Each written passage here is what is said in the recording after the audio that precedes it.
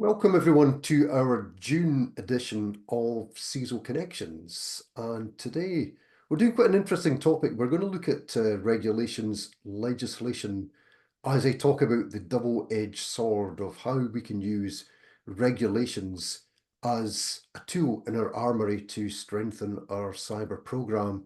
I'm joined today by two experts in this space. Marco Eggerling. Marco is one of Checkpoint's global CISOs. Marco, as well as being a security expert, has got a law degree from a very distinguished Scottish university, although Marco now stays in Zurich. And we've also got JP Edwards on the call, who also leads our enterprise security architect team, and for many, many years has done a lot of work around the practices of regulations, assessing cross regulations, how to go about doing this, etc. So I think it'll be quite a fascinating look into this ever-changing world and what this means for us. So delighted to have you both on this webinar with us today.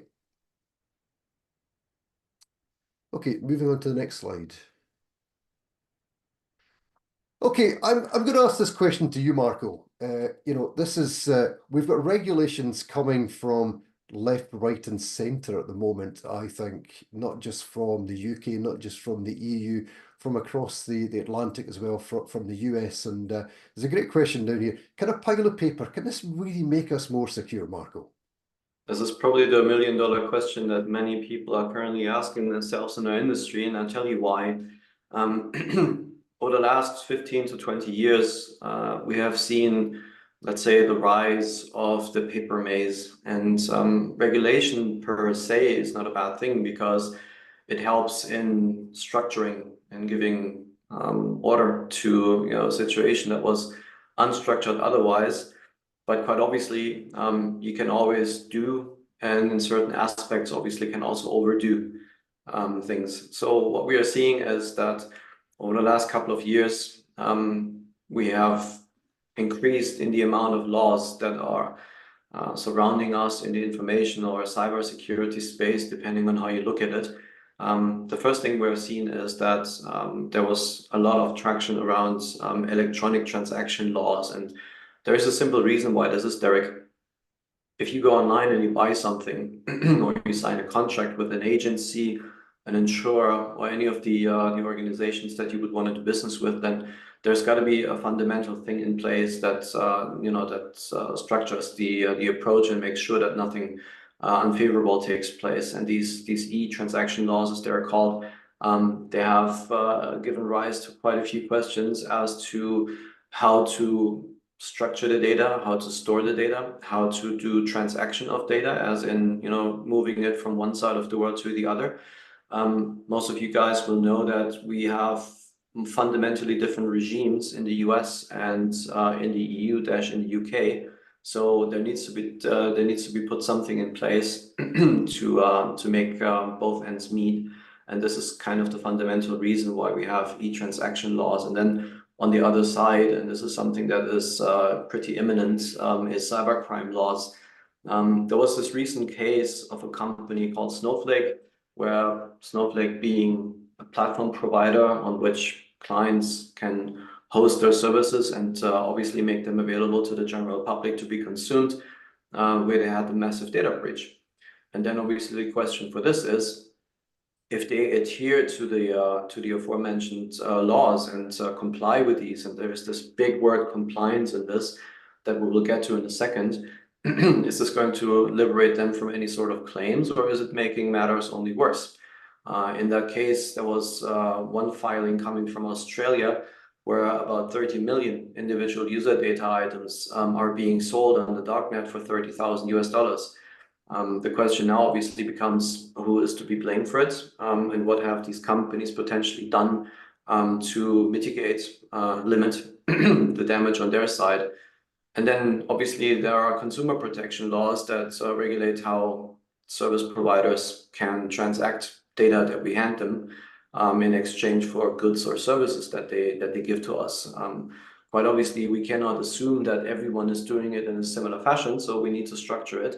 And these consumer protection laws, they have quite taken a dominating presence in the recent 2 years with the rise of various laws that we get into the detail in a moment.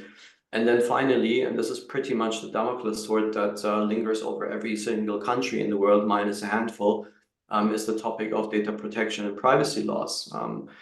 Quite obviously, privacy is a big topic. It has always been, and it continues to trend even more in the recent 2-3 years than maybe in the, let's say, 15 to 20 years before.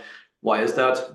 Social media has made an entrance in our lives, and as people are signing up to services and giving away data to these service providers, there's got to be something in place to keep them in check so that they cannot just freely go and do whatever they wish with the data that have been handed to them. So those are the four fundamental pillars that we see currently in existence. And I did mention the word compliance. And this would be a question for you, Derek. Given the background that you have as being the former CIO of Scottish NHS, being a resident of the United Kingdom, and quite obviously been around for a while, there has been quite a few situations arising in the United Kingdom. I would be interested, what is it you think, what is it you're hearing? And obviously, because you've been on the media quite actively in the recent months, what is the kind of guidance you could give to the people who are listening to this today? Interesting question. I'm in two minds around the power of regulations, which is why I talked about that double-edged sword. I'll explain why. Before I left NHS Scotland to join Checkpoint, for one of the programs I ran during COVID, we actually got a written warning from the ICO for actually not complying with what they said, safeguarding some, it wasn't patient data, but safeguarding some of the identity of some of our users of the applications we were using for allowing them to go on and get appointments for COVID, etc. We ran at a pace, and we deliberately ran at a pace and ran at risk there of saying that we could probably have more conversations with the ethical groups. We could probably have more conversations with the ICO to make sure we're assuring them of where we are and what we were doing. But in that particular case, I decided not to, because I knew it would probably be a slap on the wrist to me, but that was all it would be. What we're actually talking about here, though, is we're actually talking about if we're actually deliberately, or for whatever reason, we're not compliant with the four pillars of the laws you're talking about, Marco, then there will be some consequences both for the organisation and some individual consequences on this. If you look there, when we talk about the HSE attack that happened, we're talking about there's just under 500 lawsuits now that have been raised on the back of that large cyber attack in 2021. The lawsuits are mainly to do with individuals who say they have suffered because the data has been breached. The suffering could have been financial loss. It could have been mental issues that they've suffered because of that. And what you're starting to see now organisations that are coming forward, no win, no fee claims on the back of data breaches. Now, those in the call may be thinking, how can they come after us when there's been a data breach, Marco? Because the attacker surely is the one that's caused the data breach, not the organisation. And again, there's two sides to that. Of course, the organisation would be secure without the attacker going after the information and data. But if you're not compliant, and you know you're not compliant, and they can be proven that the way the attackers have come in is through an angle of non-compliance, then there actually is a blame. You know, it's the same as if you're running your car and you knowingly know, although you got an MOT done by your car in the UK last month, but you now know that you're actually running with a flat tire and your brakes are worn. It's you know, you can't go back and blame the garage for saying, but I had my MOT. It's, you need to make sure you've got your house in order, and I guess that's very much what we're saying. So that's a very much worrying trend. And then the next slide that you just flicked up there as well, Marco, is talking about the personal consequences of those that are owning the security and the compliance space. So it could be the CISO, it could be the CIO, it could be the security or the IT manager. And we're starting to see a big trend here, which is that the firing line the carousel of those that are getting blamed on the back of non-compliance, particularly where there's been a breach, is we've got a merry-go-round of senior security staff, which isn't very healthy in the space as well. And all these things very much are within the last 2 to 3 years, is what I would say. So that's very much the direction of travel. It's personal litigation, personal consequences, and definitely commercial loss to organisations. I've seen organisations in the UK that has gone under to do with the cost of mitigation and also the cost of litigation for the data breaches. So it's a really concerning thing. Mhm. I think this is an interesting insight.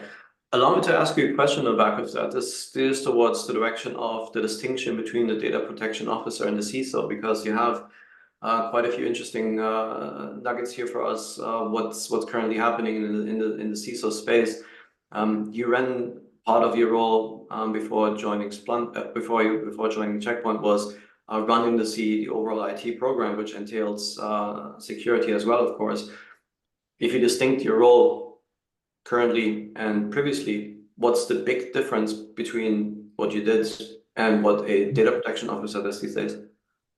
So in my role, I devolved data protection officer responsibilities to a legal counsel that worked for me. So I had an absolutely amazing legal counsel that kept me in check and kept me right, which is why I was quite happy to have a hybrid role that owned both security and IT as a CIO. I built a strong team underneath me that they had they had a level of accountability to keep me in check, and that's very much what I did. I'm not a legal expert like you, Marco, and I wasn't like my legal counsel, and that's what I would say is a distinction. If you're taking on a DPO role, make sure you know what you're taking on. Don't take it on without getting training, without having an advisor that you can actually work with. I think this area we're talking about with regulations, litigations, data protection officers, in this circumstance, the legal advisor, the legal counsel is your absolute best friend. You work lock and step with them, Marco, and that's what I would suggest you do. If you do anything else, you will actually get yourself in the mess, which perhaps some of the CISOs on this slide maybe have. Nice Marco, answer. I'm keen to maybe drill in a bit more into, and to maybe move on and talk, maybe make this a bit more relevant as to what we're seeing within the UK and EU. A lot of changes, a lot of regulations. I had customers in earlier this week into the Checkpoint office, and it's amazing. Every conversation this year I've asked about priorities, and regulations has been one of the top three. It's been right at the top, driving the maturity of their program, changing the investments of their security program, not necessarily changing things that they would want to do anyway, but very much changing the pace is what I would actually say around that. So keen for you maybe to take us through what you're actually seeing as to what some of these regulations actually are, perhaps some of the frameworks as well, and what this means. Absolutely happy to.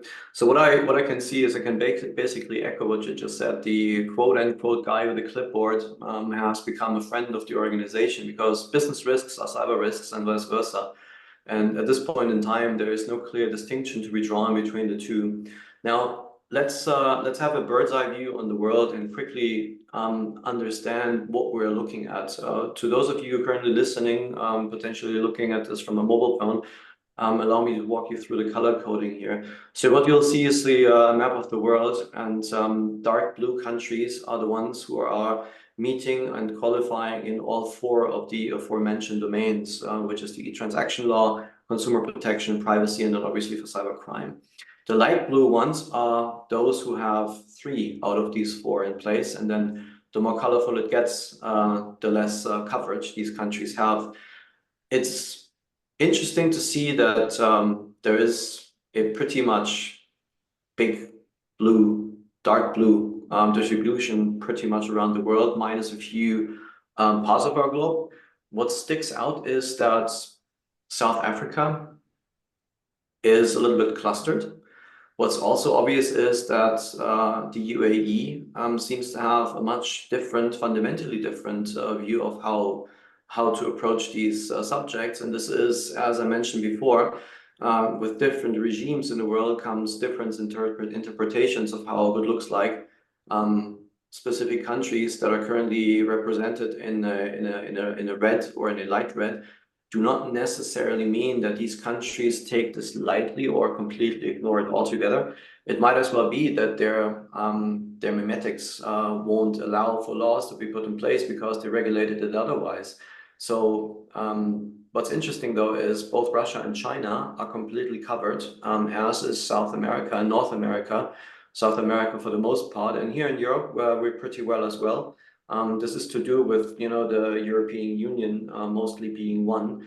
But interestingly enough, of course, is although the United Kingdom no longer be part of the EU, has set aside a tremendous amount of effort in covering their base in all regards. And I know that there is work being done at the moment to fill the voids where there aren't already. But you will see that the world is not one big harmonious place at this point regarding all of these laws and regulations. There are some countries that have some work to do. There are even some blind spots where there's absolutely nothing to be done. But this is something for another time. Let's delve into the details, perhaps, Derek, and I walk you through Yeah, a few one quick examples. question on this, Marco. I Sure. think this is quite interesting that the countries that we talk about as being the nation state actors have actually got mature legislation around cyber laws and data protection, etc. That to me that feels really surprising the wrong way around, but perhaps it's me not actually knowing what goes on in these countries. I don't know. Well, there is an obvious reason why countries who are usually on our top list, as according to the checkpoint research that we conduct, of countries that are threat actors, there is a reason why they're also trying to cover their ends. Not necessarily because they're so much in love with the law, but also because they know that your own cyber maturity can be derived from the level of compliance with certain basic things in place. And quite obviously, if you're the ones who are casting the stone first, you can expect that someone is going to throw it back at you. So that's one of the key reasons why, countries that are currently being in dark blue and represent the typical, usual suspects without mentioning them by name, are overrepresented here. But there is also a different dynamic, obviously. Some countries, Derek, now that you asked, they started joining the privacy train only recently, right?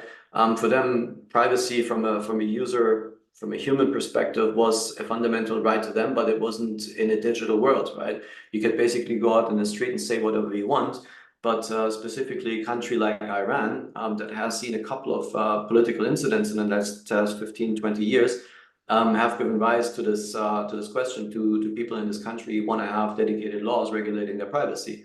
And which is a good thing, obviously, but things take time, and the regulatory body, unfortunately, is not usually moving at the speed of light, but really the opposite. So what I would want to do now is focus in quickly on the United States, so that if we have listeners and viewers from abroad who want to understand what's going on in their country, I guess things are looking well for you. But let's circle in on that, and then maybe there is a question or two for each of these boxes. So let's start with the FISMA, the Federal Information Security Modernization Act. That was put in place a long time ago, in 2014, and then eventually transposed into national law, overhauled in 2023. So this thing has some sort of history. It basically aims at government organizations. This is national critical infrastructure. These are organizations or parts of the overall management body of the United States that just make sure that citizen services are running smoothly. Or in other words, what happened was something was not right, and they put a law in place. And now the 300 plus million individuals who are living in the United States, they can freely assume that the government is doing, utmost possible to make sure that the government runs safely and securely, despite attacks on them. And the same is also true for the executive order that President Biden has signed in 21, which basically aims at further strengthening the cybersecurity on a national level. It went even so far, and this is something that I would like to strike out, as they have put a mandatory board in place that will, if something happens, review the incident and then act upon it. I think this is as safely as we can assume how it's going to go. Obviously, there is, as with all things in law, there's always shades of gray because it cannot be 100% precise in all cases. but having the quality of paper in place will allow for companies who are running through, a situation like this, to lean into someone to help them. We have something similar in Europe. Now, the next thing that is, and this is not a regulation by any means, but a framework, is the NIST cybersecurity framework, which has been published many years ago in the initial version, and only this year has been updated to version 2, with a very strong focus on governance. Not because we didn't have enough paperwork before, but because it was outdated. It wasn't as accurate, and something that many people might have underestimated is it did not specifically address cloud computing. And now, hand on heart, how many organizations are already in the cloud, thriving to be, to get deeper into it, or potentially shifting their workloads onto various service providers. So what has happened is governance has now stretched across not just the supply chain, but also onto managed service providers, which obviously the cloud service providers represent. And I know, Derek, from your previous life, NIST is probably something you've been working with and are quite intimate with. What's your take? Is this something that makes sense in the grand schema of things? Anything you want to add? I think NIST underpins nearly every framework that we talk about within cyber. I've been using NIST for many years. The great thing about NIST, I know you've got it down as a US perspective, Marco, but the NIST framework was actually developed internationally. So it was developed in the US, but it was developed by independent international cyber experts that all came together. So it wasn't, it wasn't the US government, it wasn't any of the large vendors. Everyone that had expertise had a say to actually build this framework that's independent from everything else that I find everything else rolls up to. So it's something, even if you're going down looking in the UK at things like Cyber Essentials, etc., or you're looking at some of the NCSE CAFs as what you need to do with critical infrastructure. It all rolls up into NIST, which is quite nice. It's great to have an overarching framework that everything sits underneath it. And yes, the V2 is quite a considerable update as well that came out in 2024. So it's worth a look for everyone. And there's some great guides as well as to how you can actually assess yourself against the NIST framework if you want to do some self-assessment stuff. Or of course, JP will actually talk you through how Checkpoint can help. But definitely great international work. Yeah, I mean, I definitely would agree with you there, Derek, on the fact that it is, it's an open framework. It's very widely adopted. It is compliant and not legally binding as well, which I think is important. So there's not people being forced to use it. And based on our experience, that kind of forms almost the baseline of compliance controls, which we see most other frameworks being evolved from. So yeah, absolutely agree with you. And I think the addition of the governance capability within that framework means that if you actually look at the governance controls, span all of the original pillars, which is quite an interesting adoption as well. So yeah, very powerful framework. We use it a lot. Super. Thanks, JP. Thanks for chiming in, by the way, JP. This was important. Derek, you said something that struck me here. You are absolutely accurate. The NIST is obviously not something that was invented for and only revolves around the United States. It is one of these great examples where intellectual property was gathered, and obviously it then initially published in the US and then from there spread globally, which is a trend that we have seen in the recent years that is mostly true for the things that are keeping us busy right now. There is, and this is something that us here in mainland Europe could probably be a little bit proud of. There is one exception, and the state of California is this kind of guinea pig. The US is exemplifying that you can also do European stuff in the US. They have started adopting what they call the kind of California Consumer Privacy Act, which transposed international law last year in 2023, and is considered European, the US equivalent of what we have as the GDPR here in the EU. And the reason why I want to strike this out is we are, in the end, all sitting in one big global boat, rowing in a very similar direction. Obviously, you have individual interpretations of countries. We covered this when we talked about the map of coverages of those 4 domains that we speak about today. But what we are doing with these kind of regulations and the laws that we put in place and the frameworks that we lean ourselves against is we're trying to become better, more resilient, more vigilant, and in the end, trying to get ourselves out of a maze of cyber-related issues that were being thrown in by perpetrators who are ill-intended. So while California is the first, it would be my bet more will follow. There are already other states in the US that have adopted a similar approach. And this is certainly not the end of things, but more of the beginning.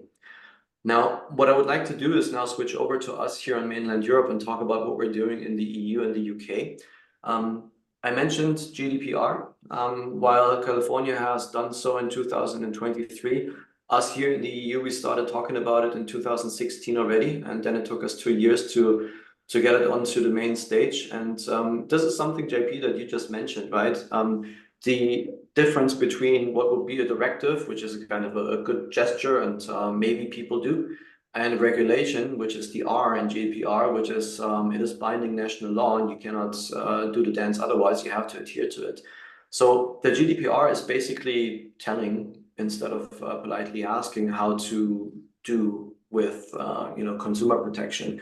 And what it also does, and this is something that is fundamentally changing the landscape of the law domain in regards to IT, the international data flows. GDPR went in and said, if you in the United States, in Canada, so outside of the EU and the UK, if you want to deal with EU primarily citizens, you have to do the dance our way. And here is the list of things. And then from this point onwards, I guess it's fair to say a lot of complexity came upon companies, especially in the US.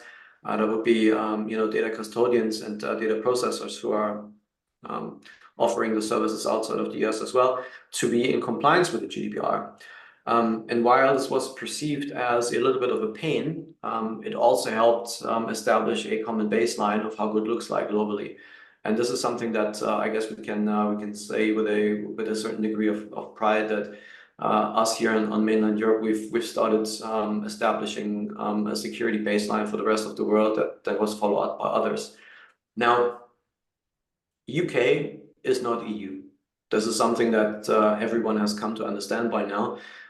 I don't want to add my perspective because I have Derek and obviously JP, who both live in the UK. And you guys, you have the Data Protection Act that was passed in 2018 and has, let's say, an interesting dynamic according to what the ICO did out of it. How do you guys interpret this? What's the value statement? How do you guys feel about this, and what would be of interest to our listeners today about that? For me, man, I know earlier I mentioned that I danced with the ICO in a previous role, but I took legal advice, so I knew that there was going to be a slap on the wrist rather than anything else, regulatory fines or certainly we weren't anywhere looking at prison sentences. It was just moving at probably a quicker pace that the ICO was happy with. But I think in the UK the differential we've got is the ICO. The ICO, I think, has got a substantial set of teeth. The mechanism they have got to ensure that organizations are handling data securely and doing it according to the Data Protection Act that was put in place, I think, is substantial, and we've seen significant fines. Unfortunately, I think some of the fines we have seen, with the large organizations, probably they appear large on the outset, Marco, is what I would say. But when you see the size of the organizations and the profits that they're actually making, although the profits aren't necessarily directed in the UK, given that's what happens with a lot of multinational organizations, that I think probably they could be trying to hit them more, I think, financially. But it is good at least to see that we've got a regulator that has got some leverage in order to do things, and we've seen some substantial fines. We always see this roundabout when we get any changes in maturity to any of the acts. When we've got anything new coming in, such as when we have got NIS coming in for national critical infrastructure. GDPR was exactly the same. That's when we start to see them, I guess, flexing their muscles a bit, Marco, saying that, you know, who exactly can we go after to show everyone else that this is something that you need to take seriously. But I think the UK is in quite a good place for the Data Protection Act. I think when we look at critical national infrastructure, I think that's where we're actually falling behind. But I know you're probably going to come on to that. Yeah, and I think just to add to that is that, you know, we see people trying to protect themselves from the liability incurred by breaches in these acts and the financial implications of them. But we also see people trying to use these as a driver for change, and making sure that actually, you know, the act is in some way interpreted in a manner that actually drives, you know, change on the ground. You know, how are actually people going to act within organizations, have the right policies and the processes that will actually limit their liability should there be some sort of compliance breach. So it's kind of trying to join these elements up with legal counsel all the way down to engineering folks who are actually going to implement controls that will actually limit liability in a practical sense. You know. And Marco, we've actually got a question that's come in, so it's probably a good segue because I know what you're ready to talk about. Someone's asking, so what about NIS2 and DORA? So you know, as you take us forward into, you know, what we're actually seeing now and actually where we're going, it's probably a good segue into currently what we're seeing and what's driving and what the future looks like. Sure, let's talk about this. So we have the big three hitting us sooner or later this year and early of next year. The first one, and this is probably something that we can safely assume is a good thing for the global, from a global perspective, and will have some spray-on effects on the United States then as soon as it hits us here in the EU, is the so-called Cyber Resilience Act. And what the Cyber Resilience Act basically does is it holds manufacturers of digital goods, that would be products and services, accountable for a secure and safe design from the beginning of the product's life cycle onwards. So in other words, security has in many cases been an afterthought in the development of technology in the recent years, which led to all sorts of unfavorable situations. And what the EU Cyber Resilience Act is looking to contain is exactly that, and also the coherent compliance with regulatory security frameworks. We talked about NIST. There are others that are helping facilitate compliance from a hardware and a software perspective from the design phase onwards. So this is something that is good. What we also have, and this is especially interesting to listeners today representing the financial services space, is DORA. And the DORA regulation will have an impact on financial services exclusively. So this is not for us sitting in the technology space or a hospital or anything like this. This is basically the banks, right?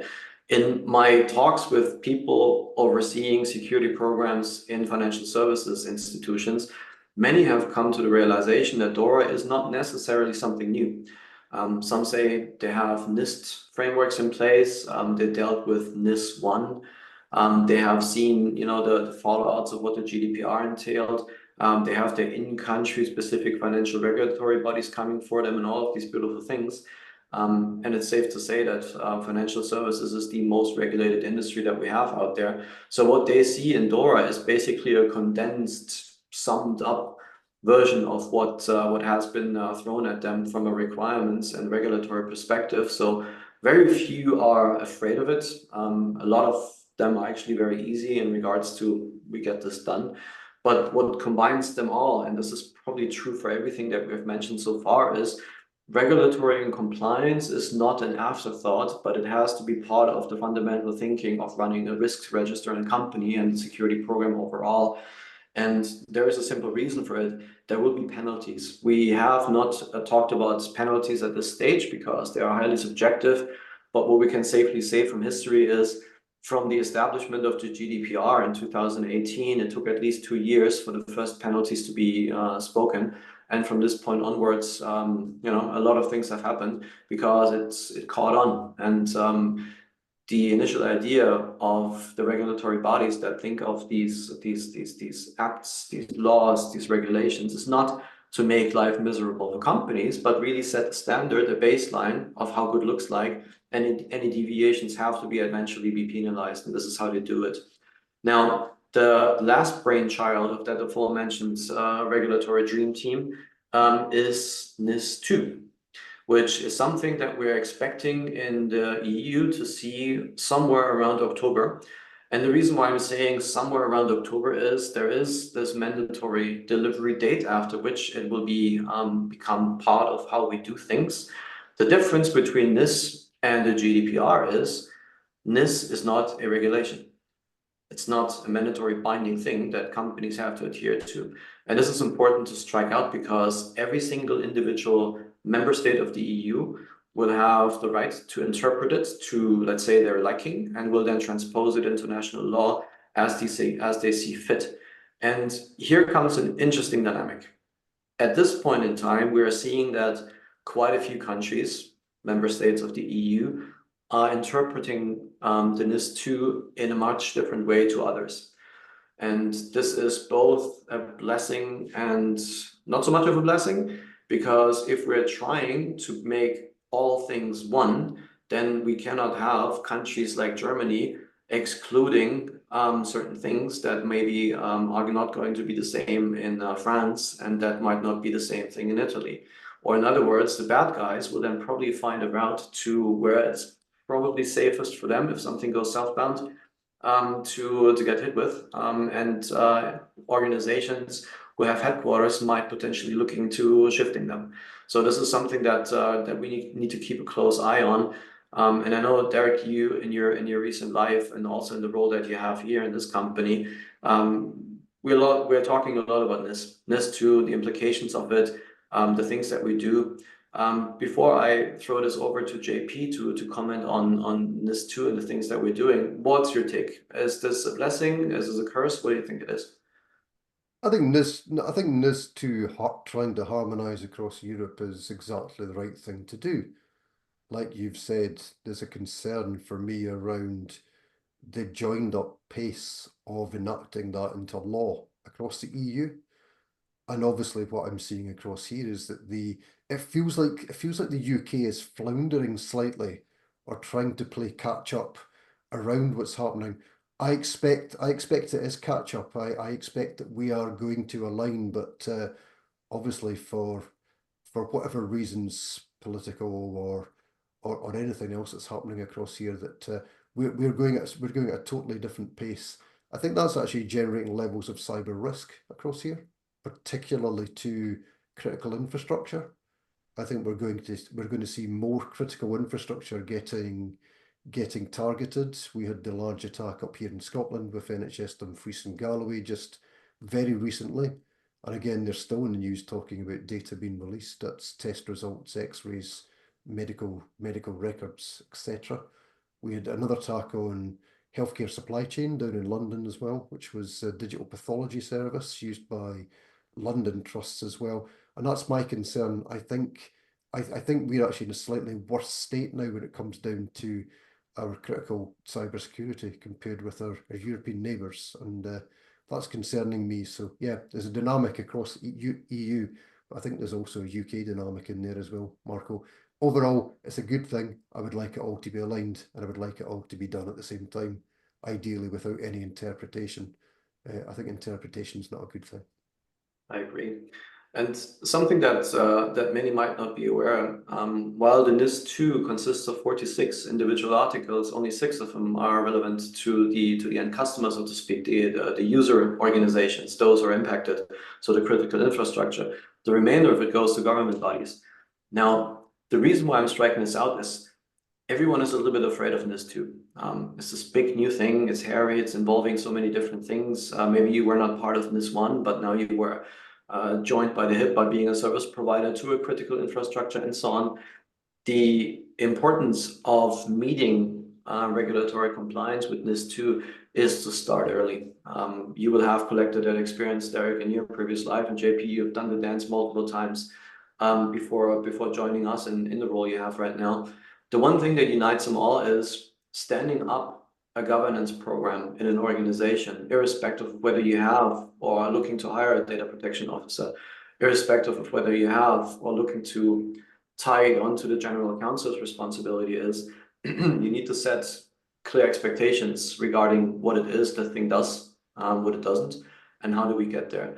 And the importance is, and this is probably then a good segue for JP to comment on this, with regards to NIS2 and the broader scheme of things that we do here in Checkpoints regarding our advisory services, is the only thing that we can do from an outside perspective, looking at the NIS2 regulatory piece, is Article 21 that says companies need to put appropriate technical and otherwise measures in place to be in compliance with NIS2. And it would be immature to say, just buy some product X, throw it at your infrastructure and make yourself more resilient this way, and here you go. In fact, there is a pretty comprehensive step to be taken before you even get to the point where you can talk about technology. But since companies have different levels of maturity, everyone has a different starting point. What I would like to do now is, JP, give you the stage for you to walk us through what are the things that we're doing in regards to the aforementioned legislative pieces and the regulatory elements, and maybe give us a little bit of an insight. What is it that we do as Checkpoint? How can we help companies? And then obviously marry this up with the grand schema of things, please. Sure. Okay, great. So thank you for that. And before I start, I think it may be just to reflect on some of the comments that have been made so far, because I fully endorse this the idea of striving for compliance, striving to meet regulatory regulations, and clearly some of those are mandated and legal and have financial impact. But we're also working with a whole plethora of organizations who are looking to frameworks and compliance as a way to drive change within their organizations. And a lot of that boils down to how they actually run their businesses, how do they choose the technology to protect themselves, how do they put in place the correct processes and hire the correct teams. And what we see is actually, we as an organization, as a consultancy team, draw a lot of parallels between NIS2 and NIS CSF. Okay, they kind of, as we said earlier, there is a lot of commonalities. And prior to NIS2, we were seeing people adopting NIST as a way to effectively assess, build baseline, and then from that baseline, drive real change within the organization. So we're, as a team, when we conduct our architectural practice, we believe in kind of data-driven decision-making around architecture. And those frameworks that we've been talking about today are really important to help understand what good looks like, understand a baseline from which we can then measure change, because I think that's very important. The spend that we ask our CFOs and our leaders for should be justified in some manner. And having control frameworks in place is actually a very good gauge by which we can measure, improvements. So anyway, so that's just my reflection on kind of what's been said so far. And I think that for now, I just wanted to, draw the audience's attention to the fact that, Checkpoint at the moment supports a consulting team. They are as pure players we can muster. And we are actively engaged in the field at the moment, providing services and consultancy around readiness for NIS2, CSF, and then NCSC's CAF as well. And this is, again, we're providing advice and architecture and assessment services in order to help people use these frameworks to ready themselves for for the future, for testing, for certification, etc. JP, if I can just ask a quick question on that, just while you're on that topic. Yeah, absolutely. That is no matter if they're a Checkpoint customer, or they've got any Checkpoint services or not. That's an agnostic service. Obviously, you can bolt it onto a Checkpoint service if you are a customer, but you would also do that for anyone that comes to ask if they can get help. Is that correct? Yeah, of course. I mean, we've gone to market. I've hired, Big Four consultants, various other SMEs effectively, and we provide this as a pure play consultancy service. Yes, for Checkpoint customers, the barrier to entry is lower because we've been through procurement, etc., and we can bolt it into existing deals. But the service is open. I probably know more about this than I know about Checkpoint. So, it's it is that agnostic sale, and I think that that's important. One of the reasons that I like framework so much is that it level sets. So it allows us to look at our environment, our posture in a manner that is, laid out, formulaic, and actually unbiased. So if we look at NIS2, it's presenting controls that actually are what is interpreted as very, very effective at reducing cyber risk and improving resilience. If we do what they say, we will reduce the likelihood of a successful loss event. Ergo, we will then reduce our overall risk score. So if you take compliance plus business impact assessment, you end up with risk. And then you can build your risk modules, etc., and calculate that. So even if you're not in the NIST, sort of sphere of influence, it's still a good thing to do, because these frameworks then give us this idea of what good is. And when we started the consultancy business, we actually reverted to NIST as our baseline. NIST and CSF, sorry, in order to actually understand what the market actually requires of organizations. It's not just about having a firewall, it's about a whole bunch of other things, and that kind of makes a very well-rounded cybersecurity program. Let me ask you a question on the back of what you just said. The capabilities that you display here, they are quite comprehensive. The question I ask myself, and I'm pretty sure this is a question that might be in people's head, is how do we distinct as Checkpoint from companies in the Big Four space, potentially law firms and other technology companies offering similar services? Yeah, it's a good question. It's one that we get asked a lot. I would probably use two words for that. One is practical. Okay, we are architects, not accountants. Okay, the idea is that we are actually coming to you with very realistic and practical knowledge of how to build stuff. We all come from industry at some point. Okay, so if there are controls around segmentation of roles and responsibilities, if there are controls around building target operating models and having, etc., well, we've kind of done all that. So the idea is that we're able to present an output of assessment that is practical and implementable. And I think that is, I don't see how anyone can do a practical set of recommendations without also understanding operational capability and elements like that. There's no point me telling you to go and do something if there's realistically no way that you'll ever do it. And I think there's often been a gap in assessments that may be done in a more traditional manner and a realistic way to implement those recommendations. And in that white space, we spend a lot of time trying to interpret the output of something. So now the other one is flexibility. So, we have the luxury of not being, a huge or the most important cost center for Checkpoint. Okay, we're here to improve the relationship and to add a service element to the portfolio. And I think that's important, that we're not tasked here with upsell or anything like that. We're tasked here with allowing our customers access to SMEs within a specific space that can do small jobs, big jobs, multinational jobs, multidisciplinary jobs, etc. And this kind of maybe comes back to the slide that we're looking at now, is that Checkpoint has great technologies, great capabilities.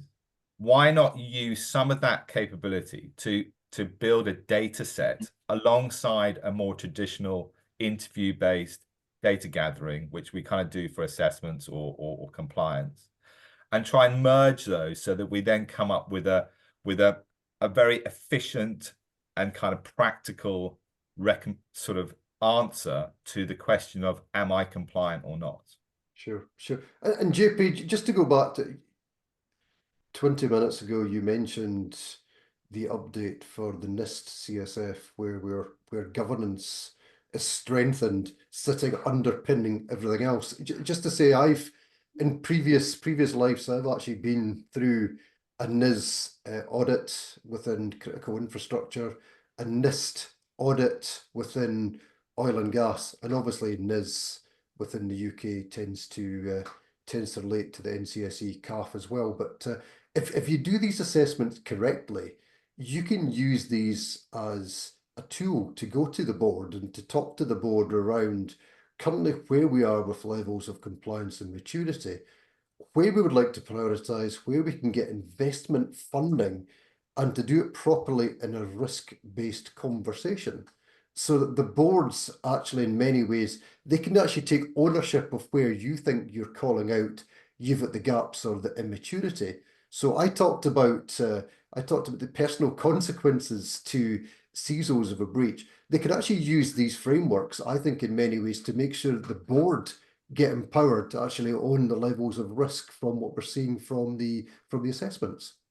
Absolutely. I mean, if we can, we take compliance as what I really like is working with organizations where GRC teams are connected to vulnerability management teams, are connected to kind of engineering and enterprise security architects, etc.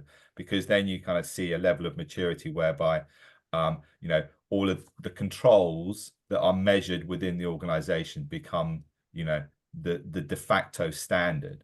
And as we move, as Marco said earlier, as we move towards more cloud-based environments, the control is all you have to measure, because effectively there's nothing to block, there's no wire, the control becomes the protective capability. And then if we measure that based on impact, we also end up with a really nice presentation to the board where we're talking about a risk-centric view of our environment. Yep. And that's the driver, because ultimately a lot of the people we work with are asking for money from teams that don't have any understanding of what the control is. They understand, what is my score out of 25? Sure. And the assessment we're talking about is 20 to 30 days in total for a normal organization. Is that right, JP? Standard engagement model is 21 days with a sort of 3 to 4 day data gathering cycle, ideally done on-prem, on site, so that we can, eyeball and engage and interview teams correctly. We try and also make everything evidence-based, which I think is important. And then, the output is generated roughly sort of 15 days after that.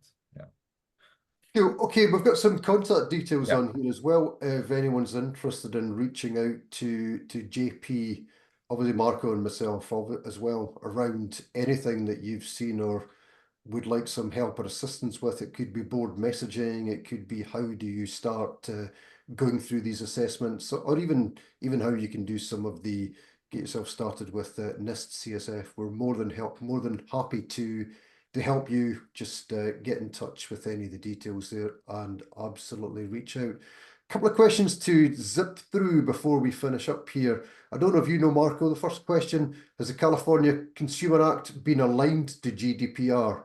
And the question is, well, I think it's a statement saying, it has been weaker in the past. Has it now come up and been aligned to what we're seeing as the strength of the EU GDPR?